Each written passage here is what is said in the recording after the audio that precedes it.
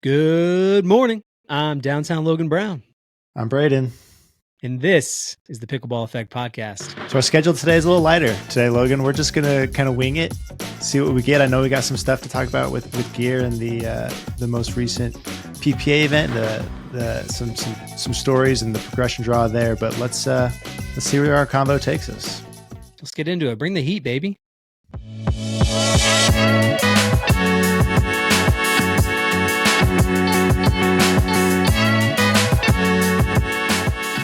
Dude, Logan, I realized today that Thanksgiving is like less than 2 weeks away. Ooh, Isn't that weird? You a big turkey guy? We're big Christmas here. We already have the Christmas tree up. We're already looking at Christmas. We had Christmas tree up November 1st. It's how my wife does it. So I didn't even think about Thanksgiving, and I'm like, oh my, like it's here. It was weird. Are you guys doing anything? Yeah, I mean it's a big deal around here to get together with my wife's family, and then my parents and brother moved here a couple years ago, so it's going to be a bigger ordeal than normal, I think, this time around. But I'm with you. So you're all pretty close. Like you don't have to travel too far. No.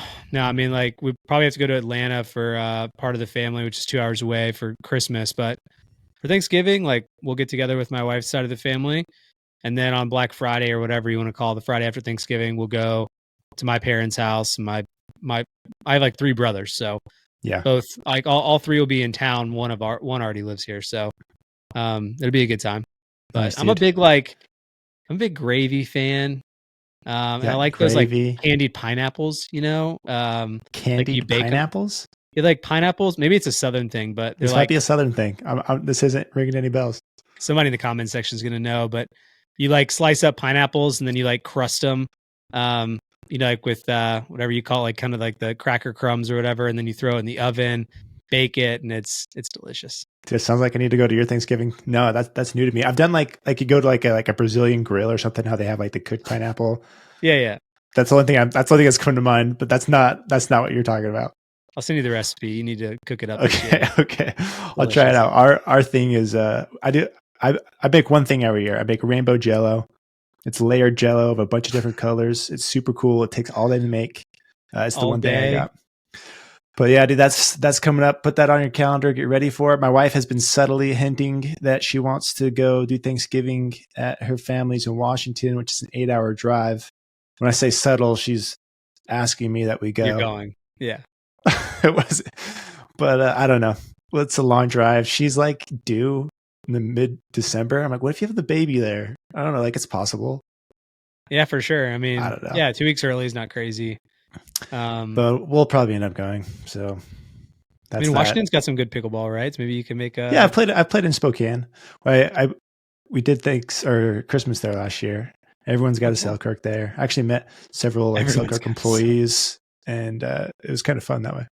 I thought they were based in like Idaho or something. They're in Washington. They're based out of Coeur d'Alene, which is like northern Idaho. It's like an hour from. I don't even know if it's an hour. It might be less than an hour from Spokane. And my wife's family is kind of the Spokane-ish area. So I played pickle in Spokane, where all things Selkirk lives. I got to review the map, dude. I don't even know where you are. I know where Washington is. I don't know where Idaho is. I'm like bottom of Idaho. Okay. And then, so Coeur d'Alene, that's like where Tyson lives. It's like 6, 7, probably like 7-ish, 8-ish hours from me. Dang. So it's a bit of a drive. Really, really, really pretty place, though. I bet. I mean, hey. Make the best of it, right? When life gives you jello, you make a rainbow jello out of it. Nice. Is that good? You laughed. Yeah. You laughed. Yeah, I laugh at my own jokes. It's good. Oh, no, I was just looking at some of our notes here. You dropped in here that there's like a video game that came out. I saw like a post of PPA about the video game. I don't know how cool this is. It didn't look very cool in the post the PPA made about it looked kind of clunky. I don't think you can buy it. You can't even buy it, can you? Or they were just like hinting that it's going to be there. I mean, I saw some sort of post, and on the bottom of the game, it looked like it was available for things like it said 2024 on there. Yeah, it had like all the major systems on there. I looked it up because I wanted to buy it. I don't think you could. I don't know if that's worth talking about it. Nintendo Switch. We have a Nintendo Switch. I play Mario Kart with my little girls. Yeah. And just whoop them. But were you ever a Madden person? Like, did you ever play NFL Madden? I did. I did it in like junior high, high school. I haven't never been into it, dude. Not my thing. It's just I don't know. I don't have time for that. But yeah, I think this is going to be a difficult one because I'm sure there actually are demographic statistics out there, but I'm just going to go with my gut feeling that there's still a large majority of pickleball that is like 45 plus, and I'm not sure they're playing video games. And then like to get the younger kids to want to buy a $50 pickleball video game sounds like a stretch to me. Yeah. I don't know if that's the right move, but PPA's like been hinting at this for a long time. Now that I'm like thinking about it, because I've seen several posts from like pros of like, you know, dressing up in the gear where it measures how they move and stuff. And they're like trying to make a big deal of it when I think it's not that cool. Maybe they got a deal from EA Sports. Like maybe it's really not about them. Maybe EA Sports wants to get into like just put their name in the world of pickleball and like get it out there. And do you think they'd pay the PPA for like to use their players and stuff? Like I doubt they're paying the PPA, but I could imagine that. So actually, this is kind of fun, maybe for some folks out there, but I'm in the marketing space and I got to hear the former CMO of Pizza Hut talk, and I got to like actually like speak to her after a little bit. Mm-hmm. And what's interesting about video games is it is like an not untapped, it's tapped now, but it was like a very untapped marketing and advertising avenue. Like so what I didn't realize, or like what is it called when you have like products in movies and stuff? Yeah, like product placement. So it's like a product placement kind of deal, but even bigger. So like for her, they had an opportunity through Madden. I think it was Madden. They don't use the standard stadiums like Mercedes-Benz Dome or whatever for the stadiums. There's a Pizza Hut stadium in one of the games because really? They could be the title sponsor of the stadium and have all the ads running on the intro. And so like what could have happened is maybe EA Sports says, hey, we're going to cover the production cost of this game, but we want all the revenue that comes from it. And by the way, we're going to put PPA, you know, like all of your major tournaments will be in the game and PPA will be plastered all over the, you know, the in-game advertising that you would see. It looks natural like a normal match. But, gotcha, yeah. So that could be what they did. I don't know though. Yeah. Video games, they're pricey, dude. I was going to go buy one and it's like $60-$80 for some Mario game.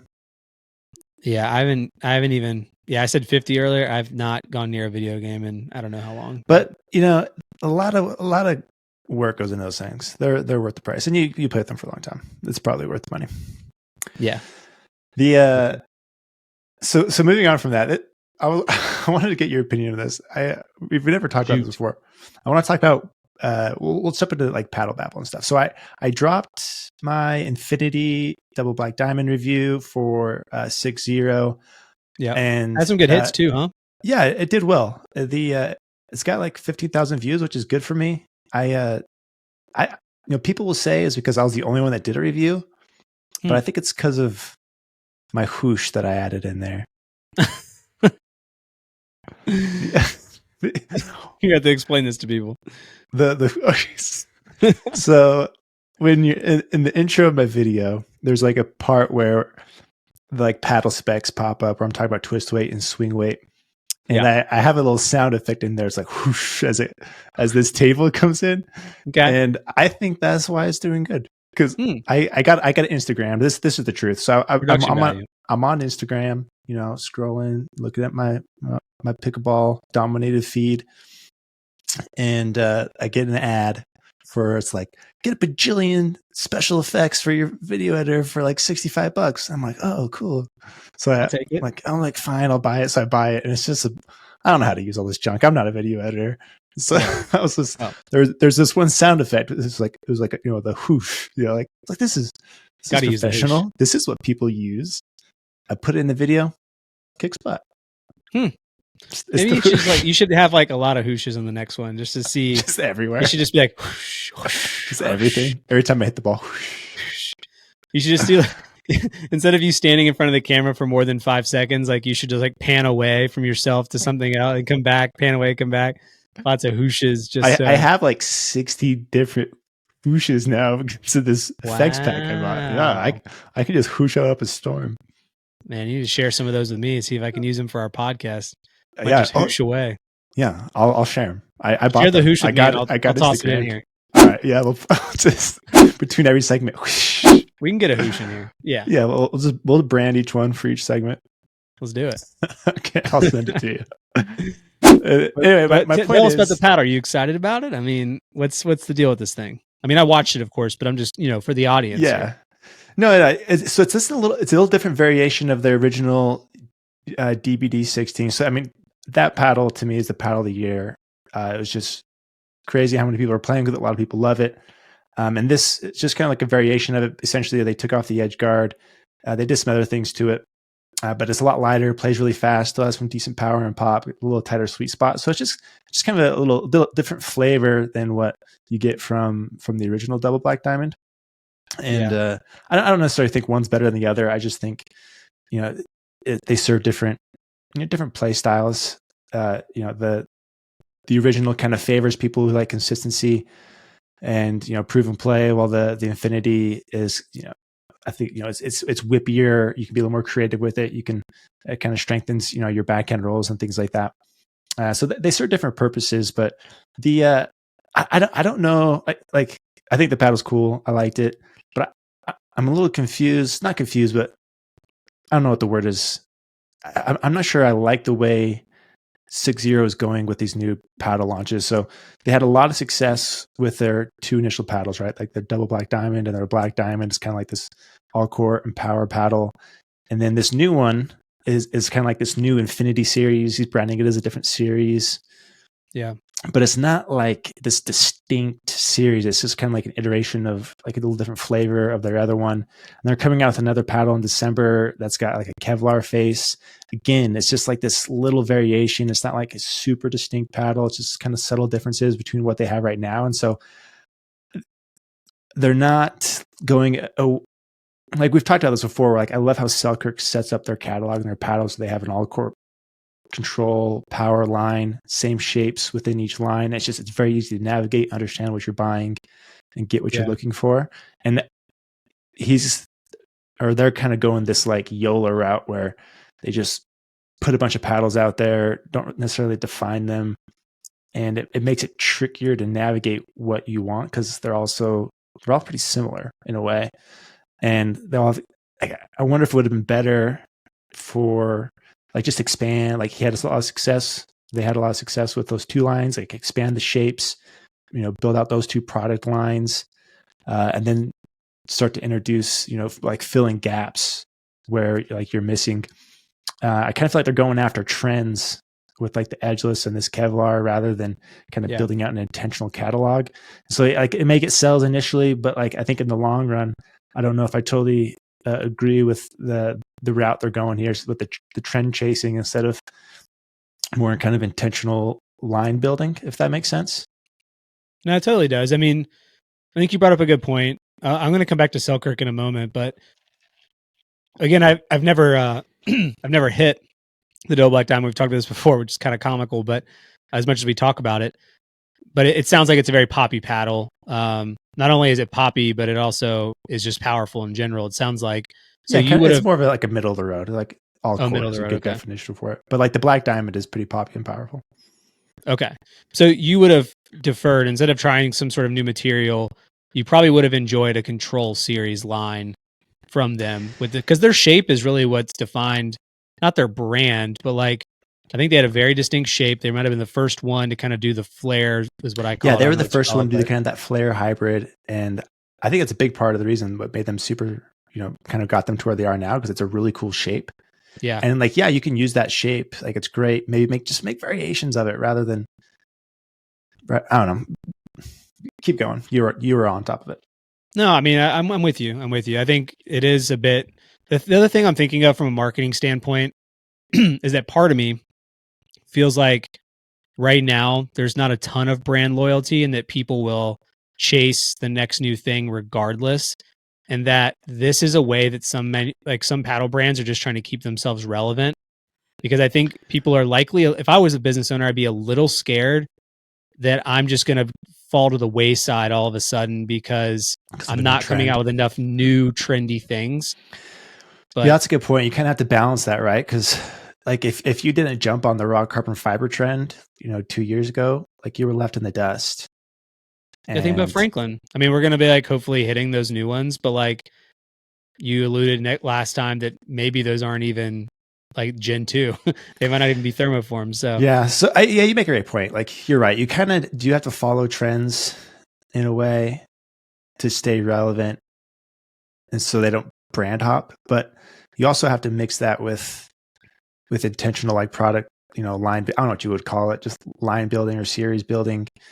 Yeah, it's kind of like merchandising and thinking about the products, the product suite that you're offering, which I agree with.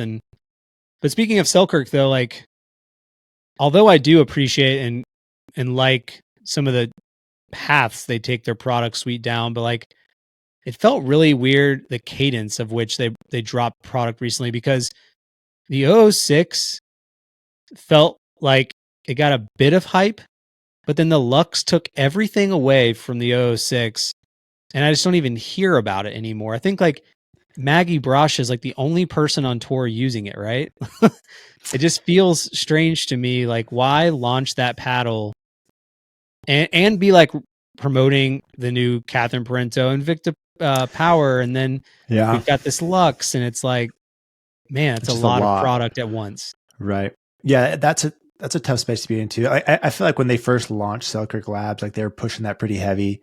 There was like a lot of promoting around the 001 and 002. And since then it's been a little more casual. And then their promotion is more focused around their like actual like product lines that aren't the labs.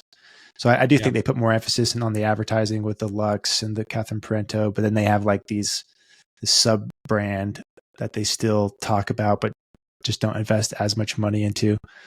And the 005. Does anybody play with that? What's the difference? Yeah, that one came out and never really did anything. But the 006, it almost seems like they used the labs to like address the trends. Like the 006 was their thermoform raw carbon. And like that was to match the trend more than like innovating or whatever. And so that almost seems like their way to get the best of both worlds, where they're hitting the trends with their labs in some cases, and then they have like their main line of products where they're merchandising, like you said, where like they're kind of managing the storyline behind those more.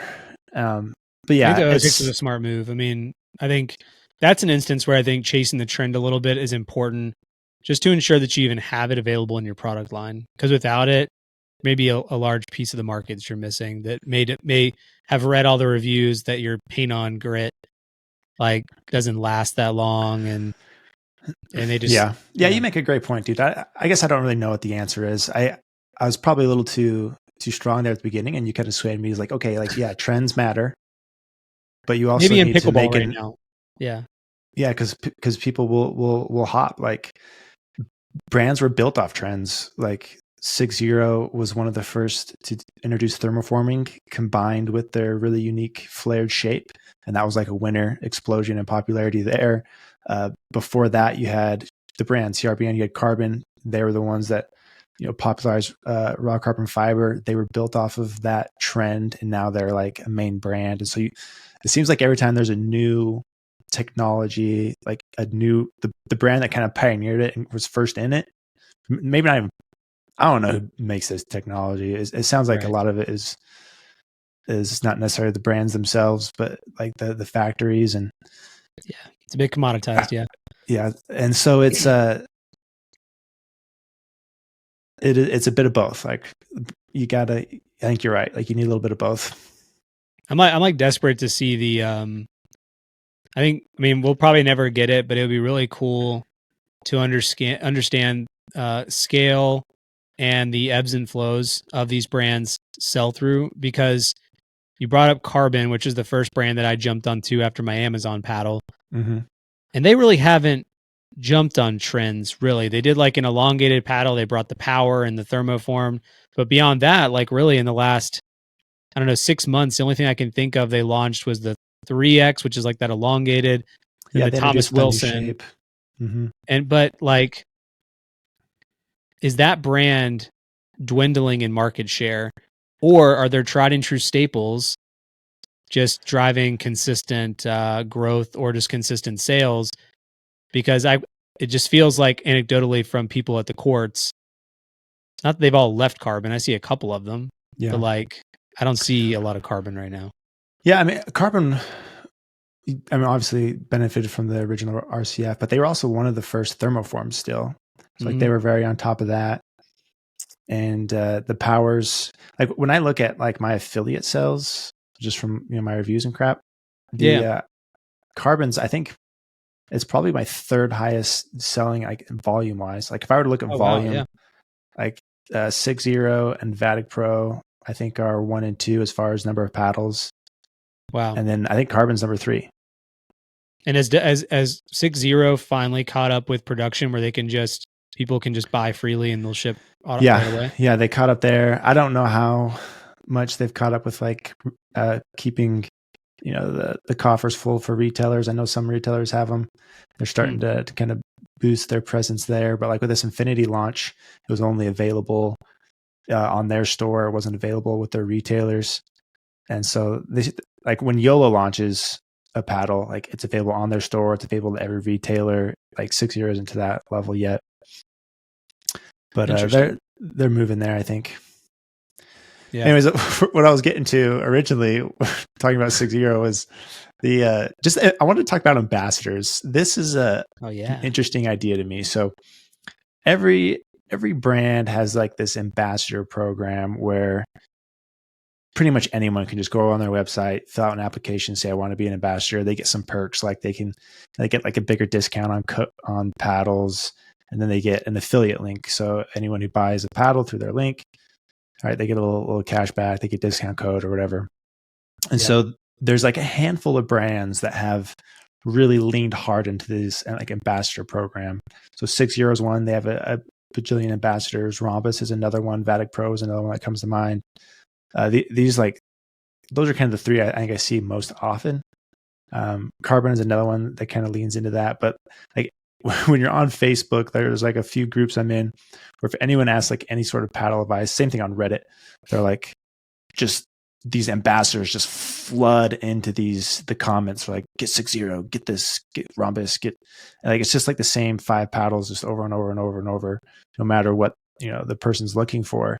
Yeah. And like, these ambassadors are essentially free salesmen for these brands, like, and they're like just hunting for the dollar on these Facebook groups, and it bugs me a little bit. Like I don't know. Me too.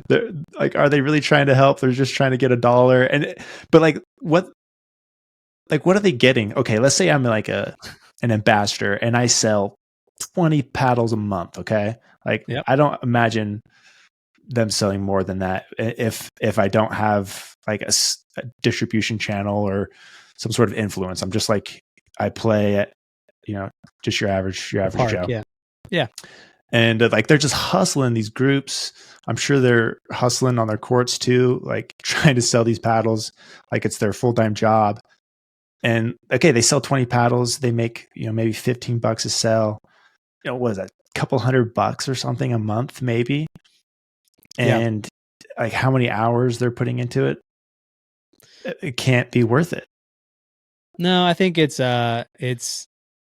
probably more than that. So here's my experience with ambassadors. So one, that was actually my full-time job ages ago. I ran the ambassador program at Chubby's when I worked there for a bit. And so you're the perfect person to ask. This is great. I'm probably the perfect person. I had no idea about this. Yeah, and then this was unplanned. Everyone listening. It was. It's on our list, and I don't think you had any idea, unless you read my LinkedIn. But and then I jumped on the Carbon Ambassador program when I was. Oh, you did it. Okay. But mine was for a little bit of a different reason. Okay, so why did you do it?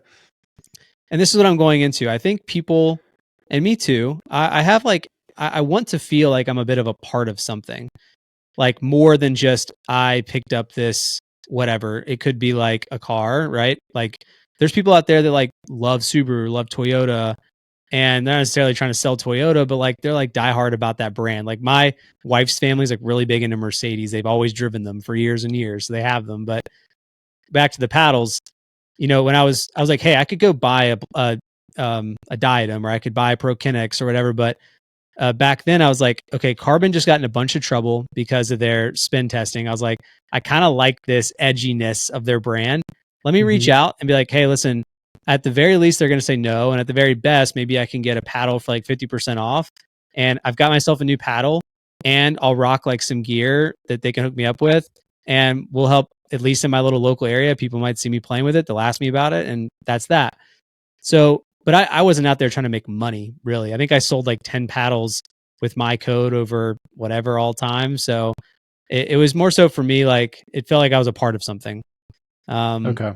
But I'm with you that like it gets really spammy. And at Chubby's, the only thing that I brought that up for is that it was like one of our hard and fast rules that we didn't offer our ambassadors discount codes. And we like explicitly told them not to ever try to sell online or even to their friends. Like the whole idea is that you just represent the brand, people like you, and they know that you wear the shorts or whatever. And so, the idea is that they'll hopefully just buy into you and the brand. So like that feels a little more casual. Like that feels cool. Like I can get it. Like you're a part of it. And like, it makes a lot of sense. Like if I'm an instructor or something where like I'm an ambassador for the paddle I play with, I like them. It's easier to, get people demos and whatnot. Like, okay, yeah, that makes a lot of sense. And in that scenario, you're saying, I was like, okay, I like the brand. I'm just going to casually grab them. People talk about it, have demos. And I'm sure a lot of it is that way. And like, that's fine to me. What's your opinion on double logoing? You ever heard of this? No. What is it? You ever go to the court and wear either wear or play with anything where the logo is the same? Oh, so let's say you're wearing a carbon hat and then play. And you're rocking carbon as a carbon paddle. Do you ever do that? Wait. Hold on. You're saying like wear a carbon hat and play a carbon paddle, or wear a carbon and play like a bread and butter? Yeah, like any brand where you're matching something else on your body. Like, are you ever wearing a carbon shirt and a carbon hat and playing a carbon paddle, or Vatic hat and Vatic shirt, Vatic paddle? Is there something wrong with that? Like, I don't know. I feel like people get made fun of for this. Like, you can't go out there like head to toe rocking like Selkirk gear. It's just like, dude, it's overkill. I see Selkirk. That's the only brand I really see like the double. I see it on Instagram, but I mean like out in the wild. What did you call it? Double branding?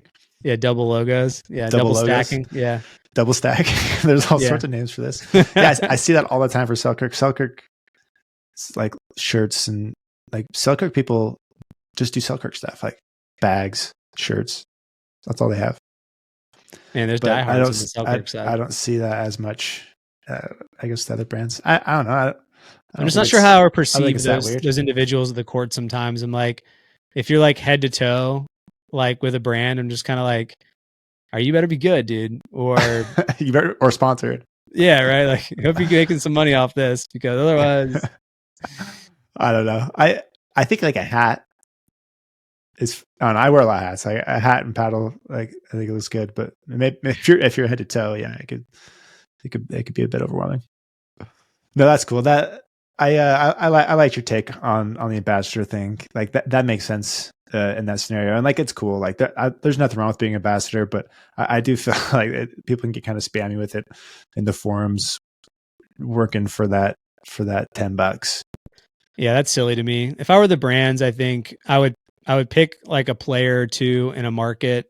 Maybe you get like a roster of 100 people just to help keep your brand relevant, and I would probably just hook them up with swag more than anything, because even if I saw, like, let's say you were an ambassador of like 6-0. Even if I saw you playing with a Yola or Selkirk at the court, if you're rocking a 6-0 shirt or hat every single time I see you, it might actually stand out to me more than what paddle you're using. There's a lot of benefits, I think, to the ambassador program for the brands. I feel like the brands benefit it more than the ambassadors do. But some people just generally enjoy it. Like I was talking about this with a buddy in Washington. He's a big 6-0 guy, super cool dude, and he pushes the paddle thing pretty hard. He does a lot of demos, and he works it, and he actually does pretty good. And but I think he just like genuinely and just enjoys doing it. I guess like if you're always playing pickleball anyway, and people do happen to look up to you, you know, if you get 15 to $20 a paddle, you could feasibly make about $500 a month, which could pay for your car payment or something. Yeah, maybe. I don't know. It can be. I feel like it's a lot of work to get it with little return in a lot of cases. But obviously, there's a natural fit for it in a lot of places. And some people are just gearheads and they love doing it. And you know, it's just kind of part of their day to day when they're playing pickleball, and it's not like a big lift, and they still, you know, can share and move a lot of paddles that way. But I don't know, man. There's just some people hustling it. Somebody let us know in the comments if make you've as much broken sense the to me. mold and somehow you're ripping through, you know, 500 paddles a month. That'd be fun. Somebody's going to prove us wrong. They're going to let us know. They're selling a bunch. Anyways, there's some thoughts on ambassadors. Yeah. So sticking with paddles, this was another thing I saw that was really interesting. I wanted to run by you. Yeah. So this was a chart that someone put together about the number of approved paddles from year 2013 to 2023. So it shows how many paddles were approved like for that year. So in 2013, there were 38 paddles approved by USAP. Okay. So we fast forward to 2019, there's 160 paddles approved. 2020, we have 120. 2021, okay, this is the boom, right? This is pandemic hits, people start playing pickleball. So it jumps from 120 approved paddles in 2020 to 288 in 2021. So it doubles. Okay. And then it gets another big jump from 21 to 2022. So now we go from 228 to 476. So essentially 500 paddles approved in 2022, which is just like a huge number to me. And then we go to 2023. Okay. This is the year we are living in, 2023. Yeah. This is at the time the data was recorded. Okay. There's still a couple months left. Right. 787 paddles. So we're just going to round this out to 800 paddles were approved this year. This is individual paddles. This is not brands. This is the number of paddles approved. 800 paddles. Like, isn't that like mind boggling?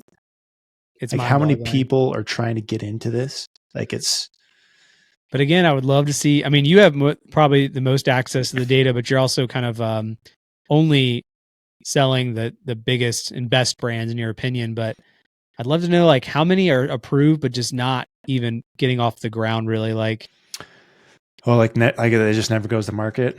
No, maybe it goes to market, but they think they can build this brand, but their paddle is kind of blah. Like, even though I really like majority of them. I mean, I see a ton of paddles and I have not seen 800 paddles this year. 800, man. That's crazy. Like, do you think that Cliff from Cliff Pickleball has a chance? I mean, he's got an audience, right? Yeah, like that's a unique situation. Like he has an audience, right? Like he's going to sell paddles. Like people support him, and he has influencer friends. Like I have his paddles. He sent it to me. I had a chance to put him to test it because I just have so many paddles to review right now. But like that's a scenario. Like he has a distribution.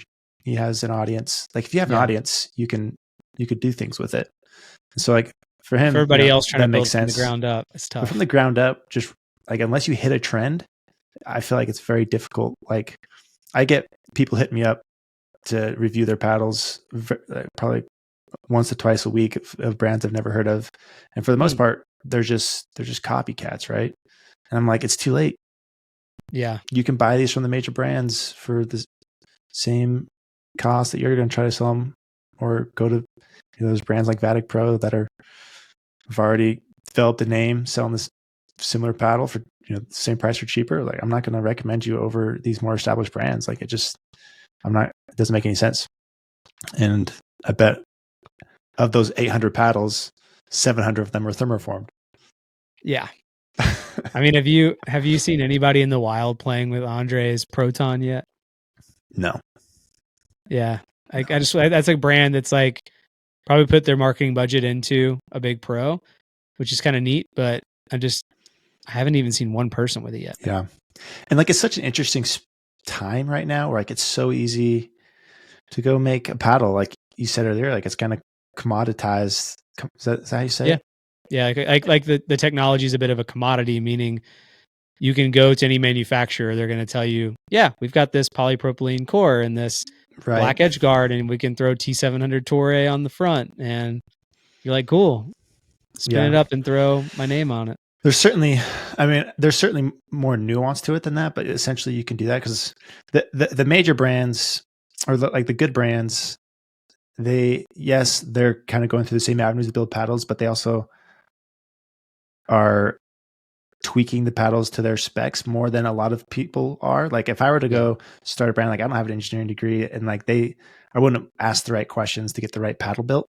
Yeah. If it'll cost you a lot too, because stuff. the customization and getting a new mold and all this stuff. Right. So there's definitely ways to not be a commodity that brands can do, but it's very easy just to go buy a paddle and for cheap and try to make a brand.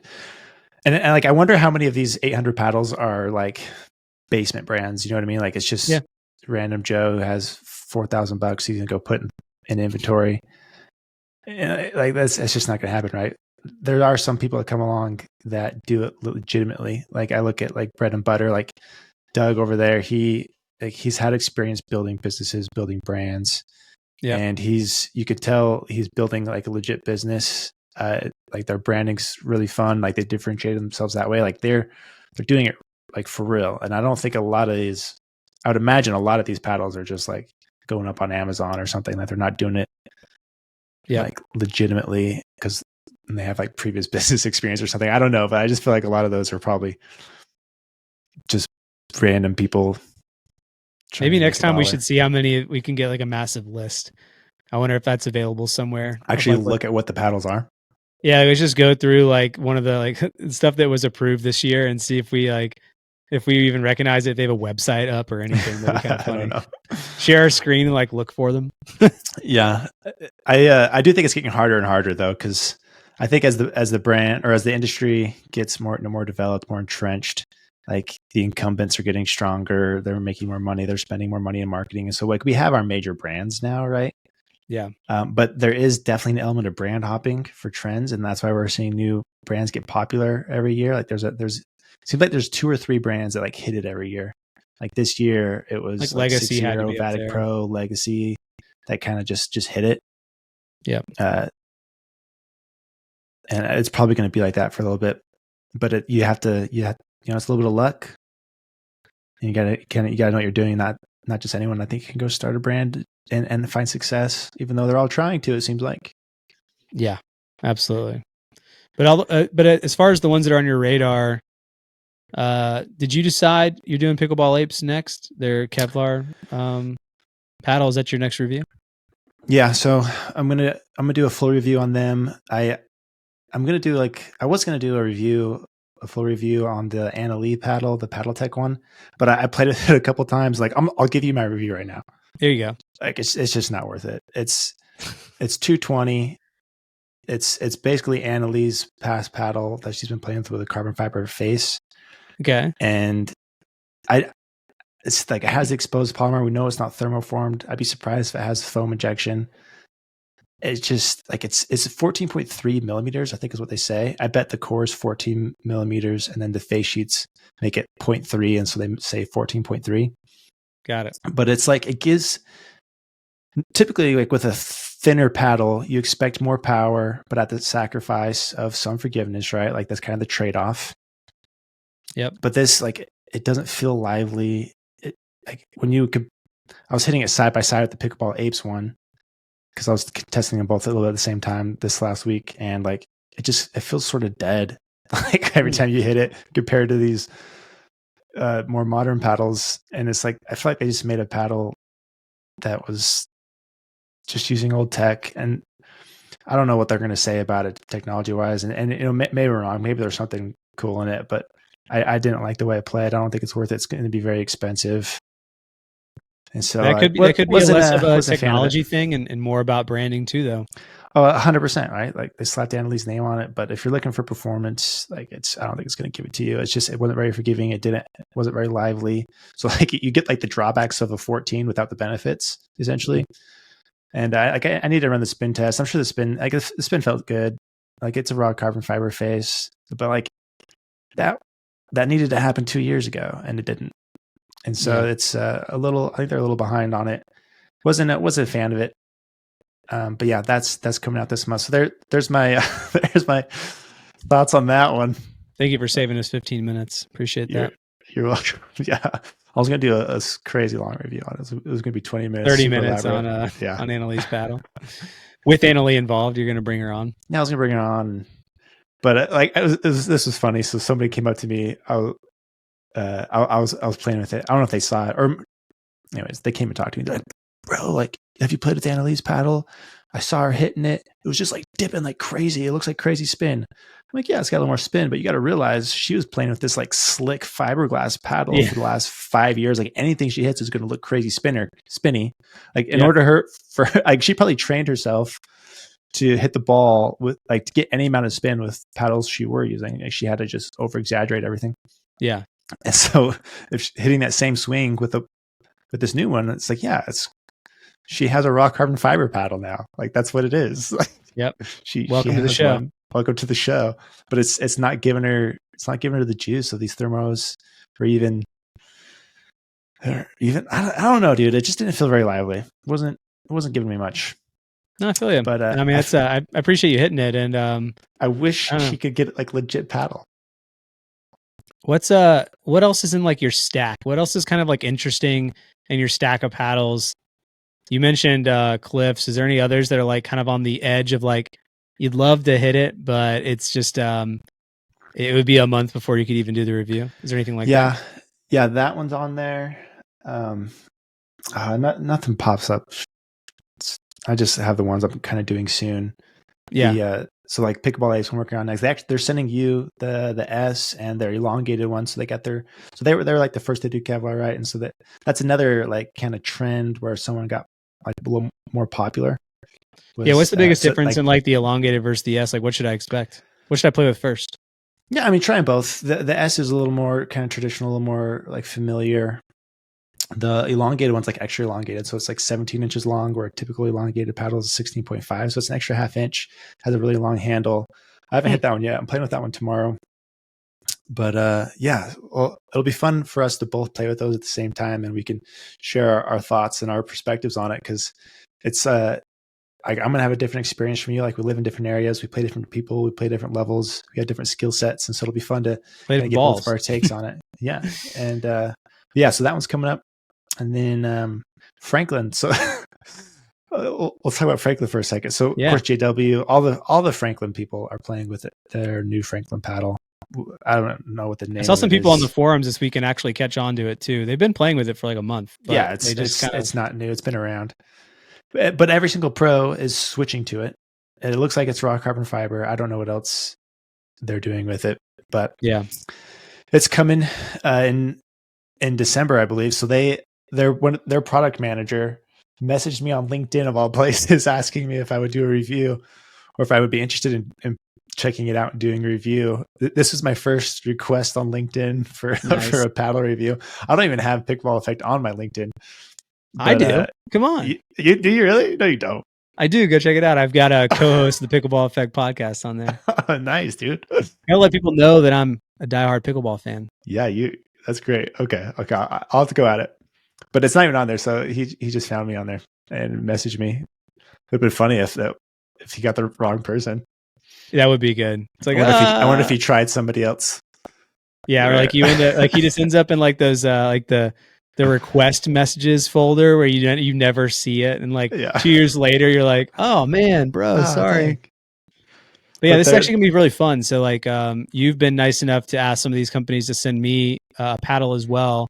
So far what I know is we'll be kind of coming out with our own not a video together. We'll talk about it on the podcast. We'll at least discuss Pickleball Apes, Franklin whenever they show up. Mm-hmm. Loco probably should be coming in around Thanksgiving, so we'll talk about the Loco. Yeah, so those are the ones coming up, and then the other paddle on the radar is the Ruby from 60, which is their Kevlar take, and so those are the paddles in sights at the moment. Cool. Yeah, but then you'll be tied up a little bit come December. Yeah, baby coming December, Christmas. So we'll take a little break in there, but You'll have to do like paddle reviews where you talk about the dimensions as compared to your newborn. And you're like, my newborn's about 8.5 inches long. So this paddle's hold them double side by her side. for him. Yeah, it's like They're the true stars. I did another Instagram post of this with my girls in it. If I do anything during the day that's like video related, like they have to they're be in it. involved. Yeah, And I do most of my recording. It ends up being like 11 o'clock just because they go to bed so late, and I don't know how to get them to bed sooner. But so if I do a video during the day, they want to sit on my lap, and so they're sitting on my lap. And this paddle, it's the company's called Grip, GRYP. So okay. they sent me some of their paddles to try out. And their thing is an adjustable weight in the butt caps. Like you actually switch out the butt cap. It has different weights. And Yep. I've gotten a lot of questions from previous lead tape experience where people are like, what happens when you put lead in the handle? Like, how does that change things? I didn't realize that like people cared about that so much, but like it had come up multiple times. So I was like, okay, this is a cool time to experiment how adding weight to the handle changes the numbers of the paddle. Yep. So I did this experiment. They're sitting on my lap, and my 5-year-old, she's actually a little more reserved than my 2-year-old or my 3-year-old. My 3-year-old's kind of a little more crazy and animated one, but my 5-year-old in this video is just, I had no idea what was going on. We're shooting this video, and she was just like making all these really funny faces. And then Bread and Butter picked it up. They're like, Braydon, I don't know what you said. Your video was dumb, but your daughter was hilarious. Yeah. And so they did like a little like a meme. video, a little meme of her and her faces. So it was pretty funny. But that paddle was interesting. But for those who haven't seen it, so I switched out the weights in the butt cap, and it does not change the swing weight and twist weight at all. Like that stayed consistent with all the different weights, but it does change the balance point.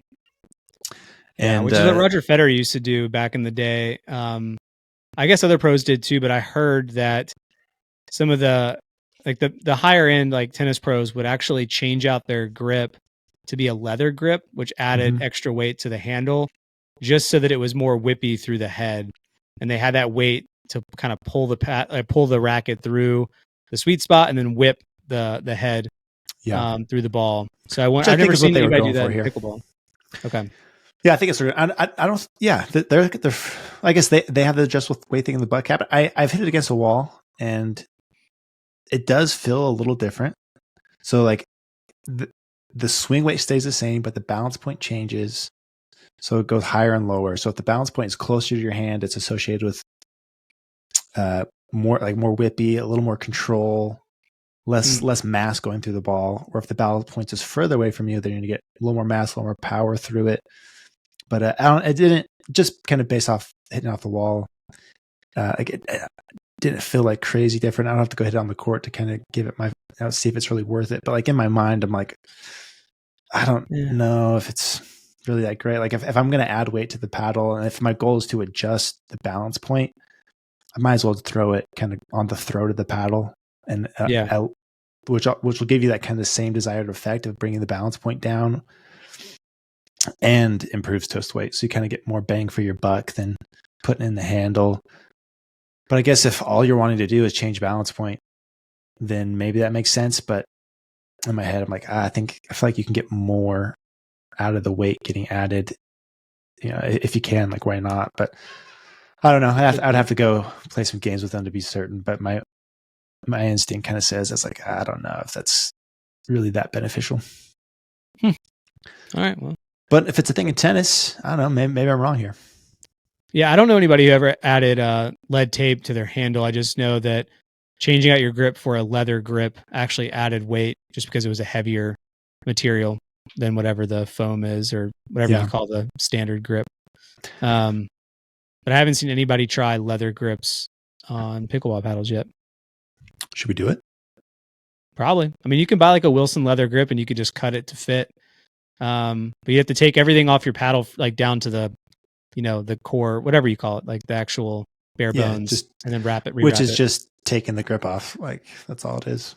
Yeah, I just don't know how many of our listeners have actually taken their grip off. Have you?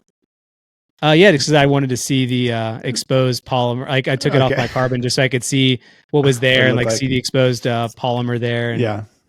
But like even in pickleball, I never really did it until I always gripped my. Yeah, I still do it in pickleball, probably just from tennis. But like I used to grip my racket all the way down at the bottom by the butt cap, so that on my serves it was kind of like a flicky wrist motion. And I've broken the butt cap, and all it is just stapled onto the wood base or whatever you call that. Pickleball does the same thing, yeah. Yeah, and so like I've broken it, so I've had to take everything off to get the butt cap reapplied. But no, it's not like a normal thing for me to just like rip everything off. But yeah, the butt cap doesn't get as much pressure in pickleball like it does in tennis serve because like all your weight is on the butt cap and on the serve pretty much. Yeah, but I mean, hey, let's do you want to shift over to pros? You want to talk about the nationals? Oh, dude, we've been here for. I'm looking at like the time here. We've talking paddles for 50 minutes. Give people what they want, man. We'll see if this is what they want. I don't know. We just did. People love it. If you're here right now, let us know. Give us a little shout out in the comments. You made it this far. You're enjoying the paddle conversation. Yeah, I had no idea that we've been talking that long. Time to pivot. Okay, pivot to nationals. What do you want to talk about? Talk about storylines, or should we kind of go through who won first? Yeah, sure. Kick it off with who won, for those who don't know, and then let's go through some storylines. Okay, so this is nationals, big tournament. Used to be non-PPA, it was PPA this time. They put it to Franklin, and they had some different rules. They did it the progressive draw. We'll talk about the progressive draw in a minute. But men's best doubles, of 5. That threw me off. I didn't even realize. I didn't expect that. I didn't know that was coming either. Yeah. But yeah, so we had the Johns Bros first. Dylan Frazier, James Johnson, JW took second. So same storyline there. But then third place, we had Newman and Alshon. So that was new. This is Newman's, I think, first medal since leaving Matt Wright. They beat Telez and Stackshud, which is a good win, but they look good together. They took, I think in the semis, they played, it was JW and Frazier. Yeah. I think they won the first game and then lost the next 3, but yeah, they look good together. Singles men's, JW beats Jaume Martinez Vic, and then Chris, I think he goes by Chris Hallworth took third. So new names here. Well, not new. Well, new for third. Chris took down Ben Johns. We can talk about that in a minute. And then Tyson also lost and didn't make it to the medal rounds. So we had some of like the biggest, the highest ranking singles players all lost by the semis. So maybe by the quarters. So like Garnett lost too. He was a 3 seed. And Tyson lost. Ben had lost first. Then it was Tyson. Then it was Connor. So I think the top 3 seeds lost pretty early. Yeah, we see that happen a lot in singles, but this one was more than usual. So we had some new names there. Then let's see here, women's doubles. We had the usual with Waters and Pareto taking first. Then we had a kind of a surprise silver here with the Brasha sisters. Yep. And then man, they almost had the first game, dude. They almost had the first game. Yeah, I'm looking at the scores here. It was 11-7. They were up 9-6, I think. 11-4. Oh, they were up 9-6? Yeah. But they had some good wins over Anna Bright and Kawamoto. They beat Paris Todd, Jesse Irvin. But yeah, great run for them. I think that's their best PPA finish. And then Anna Bright and Jade Kawamoto took third over Lacey Schneeman and Vivian David. Although they withdrew, unfortunately. But I don't know why these players don't play. Oh, they did. Yeah. David and Schneeman withdrew. I wonder if someone got hurt. Hope not. And then women's singles, Anna Leigh Waters, Catherine Prento for first, second, and then Castillo. So Judith Castillo takes third. Megan Fudge takes fourth. I thought she retired from singles. Yeah, it's only APP because they don't do the... She only retired from APP. Okay. Yeah, right. So she took fourth, but that was great for her.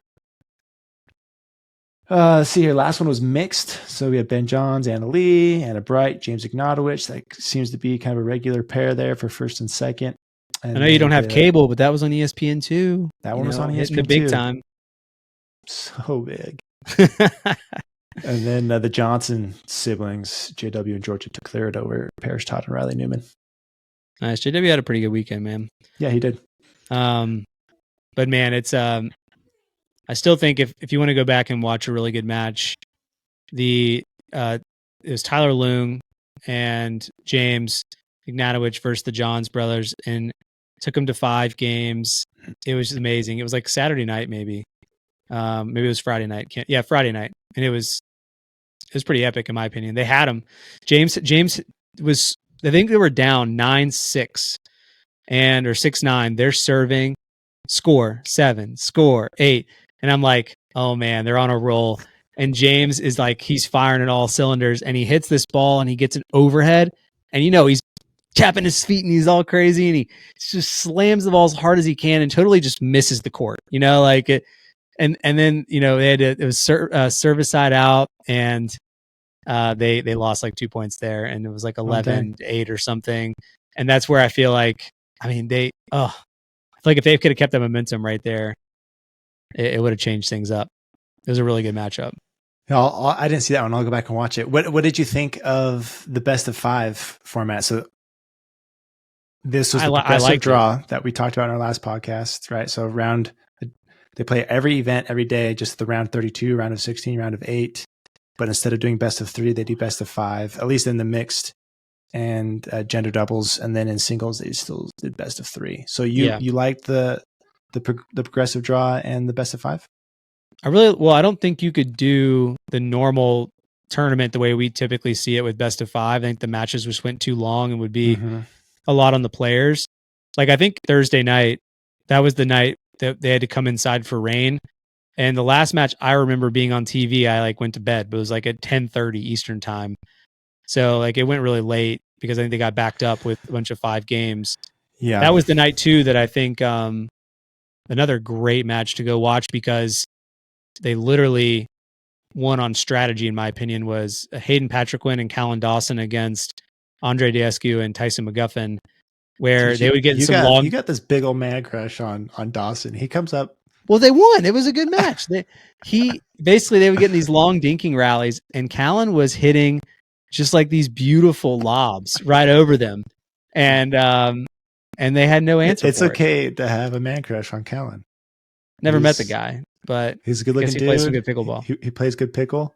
He's got some serious swagger. Can we get him on the podcast? It's okay, Logan. Thanks. Appreciate that vote of confidence. What else was there? I don't know. Today was kind of lame, but I will say the singles match with Catherine and Anna Leigh was probably the best match of the day. Everything else, I mean, now the JW and Jame match was good too, but other than that, I think everything was done in 3. All the doubles matches were done in 3. It would be interesting to see how many of the matches went to 5 in the earlier rounds. It seemed like there was a few. Like I know I watched the Andre Daescu and Susanna Barber's Parento and McGuffin match, and that went to 5 games. Yeah. So like it happens. There was a lot going on though. Like on Wednesday and Thursday, I feel like you really had to keep up with. Like they had almost 4 or 5 courts live streaming all at once, and you were trying to keep up with the schedule of who was where and where they were playing. And they're streaming a lot on Pickleball TV. That was championship court the whole time. And then you could go on YouTube and watch Grandstand or Court 1 or whatever. But yeah. But they took away the YouTube live streaming for Saturday, Sunday, and it was only Pickleball TV. Right. Yeah. So I think they have it on a few free TV services, but I just watched it on the website, Pickleball TV. It's just super basic. Like it was just the video. But it's still nice that it was available there, I think, for people. I don't know how many did that, but like for those who don't have Amazon Prime, was it on Amazon Prime too? I didn't know that. They have this like Amazon Prime has this add-on network called Freevee. I don't know if you've ever heard of this. Oh, that's what Freevee is? Yeah, it's free TV. I saw them advertising Freevee, I guess, a way to watch it. Yeah, I mean, maybe there's a standalone app, but I just get it through, it's just like connected through my Amazon Prime when I go to the app, So you could pull it up onto your TV and watch it that way. Yeah. Yeah, because I like it on YouTube. It's like, because you can pull it up on your TV easy, and you can go back in time to watch matches, which I like. Yes. There was no pause, by the way. You can't do that with the TV, Pickleball TV, which was lame. And I couldn't, unless I screencast to my TV, but then it gets blurry. Yeah, it's not great. Great. But the Freevee thing, if that can get on your TV, I'll have to go look that up. But yeah, Pickleball TV is a thing now. Like they had the broadcast booth. They were like trying real hard. Well, it's owned by Pickle. TV. I think it's owned by Tennis Channel, I believe. So I think they're just mimicking what they do for. And I don't know. I thought it looked good. It was kind of a cool, different feel. Did you notice like all the aerial shots, which was fun? Like they were doing like live points with like way up in the sky. Like that was pretty cool. I agree. I mean, I thought the courts and all that were really great. Of course, my business brain picked up on something during one of those interviews, and I'm really curious to know what it really means for the future. But the guy who is the CEO of that facility they were at, they have those kind of facilities around the country, apparently. Mm-hmm. And Tom Dundon is the one who talked him into taking this event in Dallas at his facility. But he said they invested $6 million into getting to get it all set up. But I don't know how much of that is like permanent stuff that they're like literally changing to like they bought stands, or if the stands are permanent kind of thing. Or like courts. They might have actually made brand new courts for this too. What did you know about the facility? Is it like a lifetime thing? Like it's a private? It's not called that, but it basically just looked like a Lifetime Fitness. Okay. But they had to like block that. Pickleball Boulevard apparently is a real road. I don't know if it's their street that goes into like their facility, but for whatever they had to do with the city, they had to block that off and get permission to like, move traffic elsewhere, I guess. And I don't know. It seemed like a pretty big deal. I think the grandstand court was nice. Yeah, that's really nice. It was full. It was full on Championship Sunday, but wasn't necessarily full all the other days, which kind of makes like it's an interesting thing about the progressive draw. Like the first 2 days, like Wednesday, Thursday, the first like the early rounds aren't as competitive, and it's not quite as fun to watch. Like there was a match here and there that was really good, but for the most part, it was just kind of your usuals, just mopping the floor like they do in the first couple of rounds. It's like those first 2 days, the stands are probably going to be harder to fill. It's not as entertaining to watch. And so it almost turns it into like, okay, I'm just going to watch Saturday, Sunday, or Summer Friday, Saturday, Sunday. Whereas before I was watching, Thursday, Friday, Saturday, Sunday. Agreed. But I think it's just that it's the nature of pickleball right now. The fact that they're doing these tournaments all the time. This isn't like a big novel, like it's not like a very unique experience because it's not like the US Open where you could just like take off work and this is going to be my vacation for the week. I'm going to go watch the pros play tennis. Right.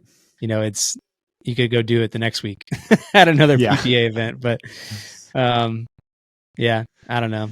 Yeah. Tell me more about what were the hot stories of the week? I think there was some funny things, huh? Oh yeah. Okay, maybe more of the story, but there was something about AJ Kohler getting like in a fight with, I think, Fed.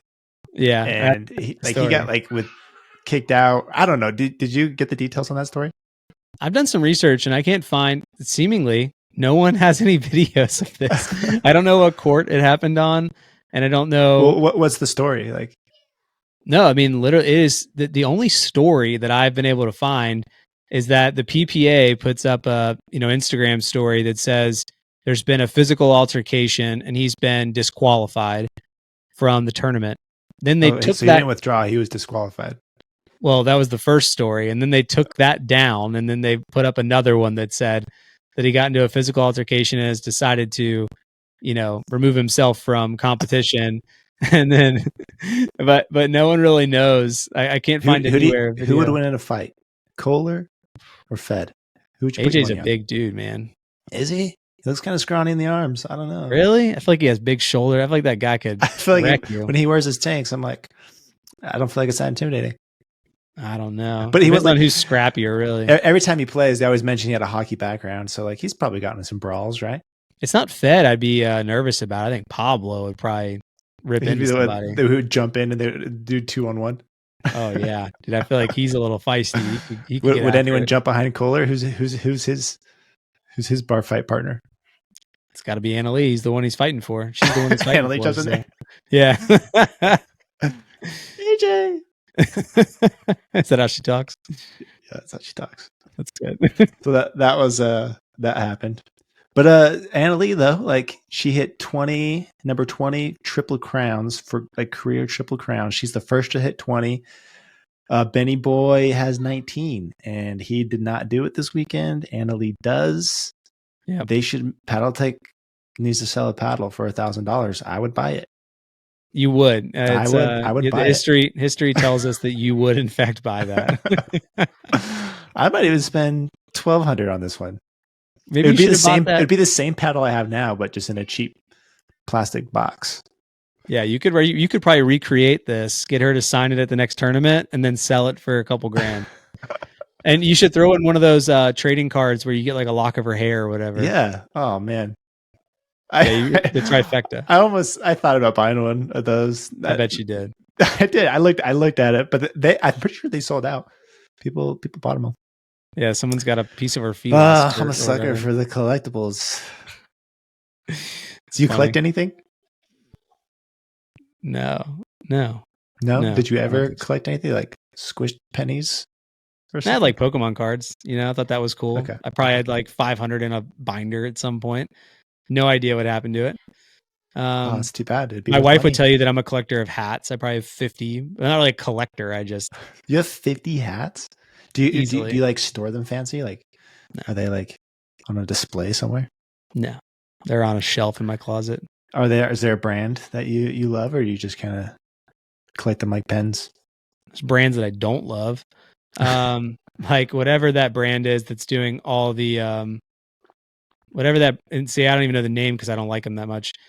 I bought that MLP hat, but whoever's doing all the MLP hats, it's like my least favorite hat brand because it doesn't fit my head very well. It was Frometh Imperial. I think it's called Imperial. And Imperial is the like hat brand, whatever they. Yeah, I think Imperial. It's like my least favorite fitting hat. Oh, funny! I have that same hat, and I actually like it. I like mine, but that's like a different vibe than like their. I wear a lot of like the dad hat style too, but theirs doesn't fit me well, and neither does the 47 brand. Doesn't fit me well either. Those are the two brands that like the generic brands that people just print stuff on. I mean, those are like the higher end actually. There's more generic, like Yupong, like it's a YUPOONG. It's like an Asian hat brand. It's like one of the cheaper ones out there. That's pretty popular. But the hat you're wearing, I got one of those a while ago. I hate it. It's like one of my favorite fitting hats. Is it? I don't know what brand this is. They had one before they released that. They had a different similar version. It was a Richardson hat. Oh yeah, Richardson. It was like that kind of runner style, but the bill was like flexible. And I still have it, and I love that hat. And so I bought another one thinking that's what I was going to get, and they sent me that one. You're on your head, and I just look ridiculous in it. Well, I probably look ridiculous too, but you don't have to say it to my face, okay? I said I look ridiculous. I was not implying anything. Hats fit heads differently. Like, oh yeah, totally. Like you look way better in that hat than I do. Like I got this long, skinny head that like only certain kind of hats fit me. Right? Yeah, and I got a rounder face. It just depends. But yeah, if you need a hat recommendation, I probably own something. Logan's your guy. Logan's your guy. Yeah. That's all I collect, I suppose. Do you go get a hat affiliate, dude? We'll yeah. Who do we? I mean, we will spread the hat love.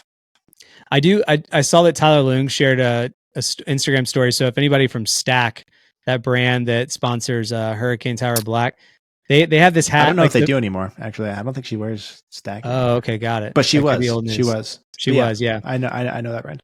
So when I spun up Sunday Dinking Club, my Instagram account, the very first post I made was Andre Agassi's quote from the Pickleball Slam a year ago, where he said pickleball is where tennis players go to die, and the Stack company, they made a hat with that quote literally on the front. Really? I was like, I need that. That's amazing. Did you get it? No, it was like available like at the Pickleball Central tent, I guess, at the event. So I'm not sure if it's online yet, but maybe. Yeah, the dude that made Stack, he's out of Utah. I've met him at tournaments. He's a really cool dude. Nick, nice. Like all this stuff's coming out of name Utah and V, something. Nick V. Anyways, he's a good player. He does a lot of stuff. Stack, like they sell a lot of their stuff on Pickler or something. Yeah. Anyways, he's got a relationship with them. But yeah, cool stuff. I've never worn any of their things, but they're like one of the first kind of pickleball brand for clothes that seemed cool. I haven't tried any of the pickleball apparel, like specific brands yet, like Kitsch or Stacked or the one you went to the party for. Yeah. Those goods. All right, bro. We've been Been hammering away at this, huh? We've been hammering away at this one. People are just like, shut up about the hats already. Well, click that share button, hit like, and comment your favorite part of the episode. Do something. Let us know. If you made it this far, you deserve a prize or something. Yeah. Yeah.